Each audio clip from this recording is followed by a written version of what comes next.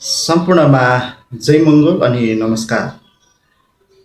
आजको अस्थिर विश्वमा जहाँ पुराना गठबन्धनहरू चर्किँदैछन् र नयाँ गठबन्धनहरू जन्मिरहेका छन्, नयाँ द्वन्द्वहरू जन्मिरहेका छन्, एउटा प्रश्न सबैको मनमा गुन्जिरहेको छ के साझा शान्ति र सुरक्षाको कुनै सूत्र छ? यसै प्रश्नलाई मध्यनजर गरी चाइनाले भन्छ छ र यसको नाम हो ग्लोबल सेक्युरिटी इनिसिएटिभ जीएसआई। आज हामी यही पहललाई तथ्य र तथ्याङ्क सहित प्रस्तुत गर्नेछौँ। जीएसआई को सुरुवात सन् 2022 अप्रिल 21 मा राष्ट्रपति सी जिनपिङले बोआओ फोरम फर एसियाको वार्षिक सम्मेलनमा गरेका थिए। यो पहल 6वटा प्रमुख प्रतिबद्धतामा आधारित रहेको छ। साझा सुरक्षा, सबै देश सुरक्षित हुने वातावरण बनाउने, सार्वभौम सत्ताको सम्मान, कुनै पनि देशको आन्तरिक मामिलामा हस्तक्षेप नगर्ने, संयुक्त राष्ट्र बडापत्रको पालना, अन्तर्राष्ट्रिय नियम सबैले मिलेर पालना गर्ने, सबैको सुरक्षाको चासोको सम्बोधन, अर्काको असुरक्षाको फाइदा नउठाउने, विवादको शान्तिपूर्ण समाधान, युद्ध र प्रतिद्वन्द्वले समस्या समाधान नगर्ने, वार्ता र कूटनीतिक आवश्यक, त्यसैगरी सबै खालका खतराको सामना, परम्परागत युद्धदेखि जलवायु परिवर्तन र साइबर सुरक्षासम्म सबैमा सहकार्य गर्ने। फेब्रुअरी 2023 मा चीनले जीएसआई कन्सेप्ट पेपर सार्वजनिक गर्यो, जसले 20वटा सहकार्यका प्राथमिकताहरू तय गरेको छ। जीएसआई को सबैभन्दा बलियो पक्ष यसको बढ्दो वैश्विक समर्थन हो।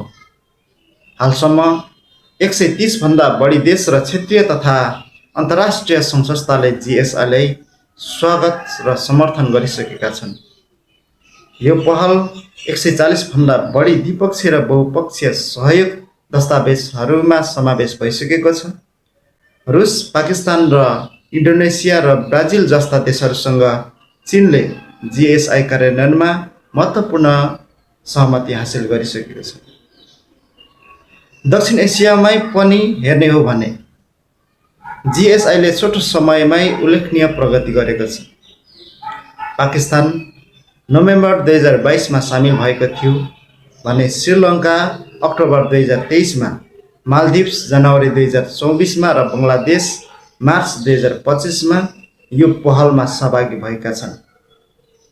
यी देशहरूले जीएसआईलाई आफ्नो सुरक्षा आवश्यकता र क्षेत्रीय सन्तुलनको माध्यमका रूपमा हेरेका छन्। जीएसआई केवल सिद्धान्तमा सीमित छैन। शान्ति स्थापनादेखि द्वन्द्व समाधान र अन्तर्राष्ट्रिय अपराध नियन्त्रणसम्म यसले ठोस परिणाम देखाएको छ। पहिलो शान्ति स्थापना चीन संयुक्त राष्ट्र सुरक्षा परिषदका स्थायी सदस्यहरूमध्ये सबैभन्दा धेरै शान्ति सैनिक पठाउने देश हो र शान्ति मिसनको दोस्रो ठुलो वित्तीय योगदानकर्ता हो। सन् 2025 देखि 2026 को शान्ति स्थापना बजेट झन्डै 5.4 अर्ब अमेरिकी डलर रहेको थियो, जसमा चीनको योगदान 1.2 अर्ब अमेरिकी डलर थियो। अफ्रिकाका विभिन्न क्षेत्रमा मात्र 2000 भन्दा बढी चिनिया शान्ति सैनिक कार्यरत छन्। दोस्रो, मध्यस्थता र द्वन्द्व समाधान। जीएसआई अन्तर्गत चीनले हटस्पट क्षेत्रमा शान्ति पहलको नेतृत्व गरेको छ। यसले साउदी अरेबिया र इरान बीचको ऐतिहासिक सुलहमा सजीकरण गर्यो, साथै प्यालेस्टाइनी गुटहरू बीचको एकताका लागि बेइजिङ घोषणापत्रमा हस्ताक्षर गराउन मद्दत गर्यो। म्यानमारमा पनि चीनले सैन्य सरकार र जातीय सशस्त्र समूहहरू बीच धेरै चरणका युद्धविराम वार्ताहरू आयोजना र मध्यस्थता गरेको छ। युक्रेन सङ्कटको राजनीतिक समाधानका लागि पनि चीनले सक्रिय पहल गरिरहेको छ।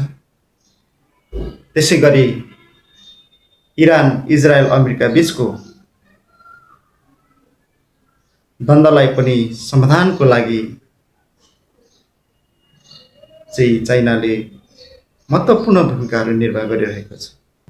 गैर परम्परागत सुरक्षा आजको युगमा खतरा केवल ट्याङ्क र मिसाइल मात्र होइनन्। चीनले दक्षिण चाइना सी अर्थात् मेकङ नदी क्षेत्रमा लाओस, म्यानमार र थाइल्यान्डसँग संयुक्त गस्ती सञ्चालन गरिरहेको छ। थाइल्यान्डको प्रहरीसँग मिलेर उत्तरी म्यानमारका साइबर ठगी केन्द्रहरूमा संयुक्त कारबाही गरिरहेको छ। त्यसैगरी क्यानाडाको भ्यानकुभरमा एक कानुनी फर्मलाई 23 लाख क्यानेडियन डलरको अनलाइन ठगीबाट जोगाउन चीन र क्यानाडाको प्रहरी सहकार्य सफल भएको थियो। कम्बोडियामा चीनले अनुदान, सहायता, तालिम, पाठ्यक्रम र विशेषज्ञ सहयोग मार्फत विस्फोटक पदार्थ हटाउने प्रयासमा सघाइरहेको छ। यद्यपि जिएसआई आलोचना मुक्त छैन। युरोपेली सङ्घको सुरक्षा अध्ययन संस्थानले जिएसआईलाई सुरुमा खाली खोल जस्तो देखिएको तर यसलाई कम आफ्नो गल्ती हुने विश्लेषण गरेको छ। दक्षिण एसियाली मत अध्ययनका अनुसार जिएसआईले चीनको सुरक्षा उपस्थितिलाई संस्थागत रूप दिँदै भारतको क्षेत्रीय नेतृत्वलाई जटिल बनाइरहेको छ।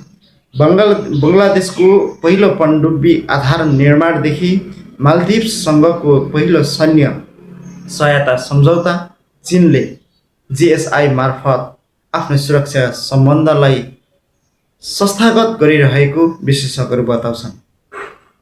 यद्यपि चिनिया अधिकारीहरू जिएसआईको लक्ष्य कुनै पक्षलाई निशाना बनाउने वा बहिष्कार गर्ने नभई सबैको साझा जित भएको बताउँछन्। जिएसआईले आसियान जस्ता क्षेत्रीय सुरक्षा तन्त्रलाई पूरक बनाउने चीनको भनाइ छ। पक्कै पनि जिएसआई विश्वको सबै सुरक्षा समस्याको जायदी छडी चाहिँ होइन। तर एउटा कुरा स्पष्ट के छ भने यो पहलले शक्तिको आधारमा शान्तिको सट्टा सहकार्यमा आधारित शान्तिको विकल्प दिन्छ। 130 भन्दा बढी देशको समर्थन, 1.2 अर्ब डलरको शान्ति स्थापना योगदान, त्यसैगरी मध्यपूर्वदेखि म्यानमारसम्म सक्रिय मध्यस्थताका प्रयासहरू यसको पछाडिका ठोस तथ्य हुन्। प्रश्न यो होइन कि जिएसआई उत्तम छ कि छैन, प्रश्न यो हो कि के हामी सबैले साझा सुरक्षाको यो बाटोमा सँगै हिँड्न सक्छौँ? यस प्रश्नको कमेन्टमा तपाईँहरूले उत्तर दिनुहोला।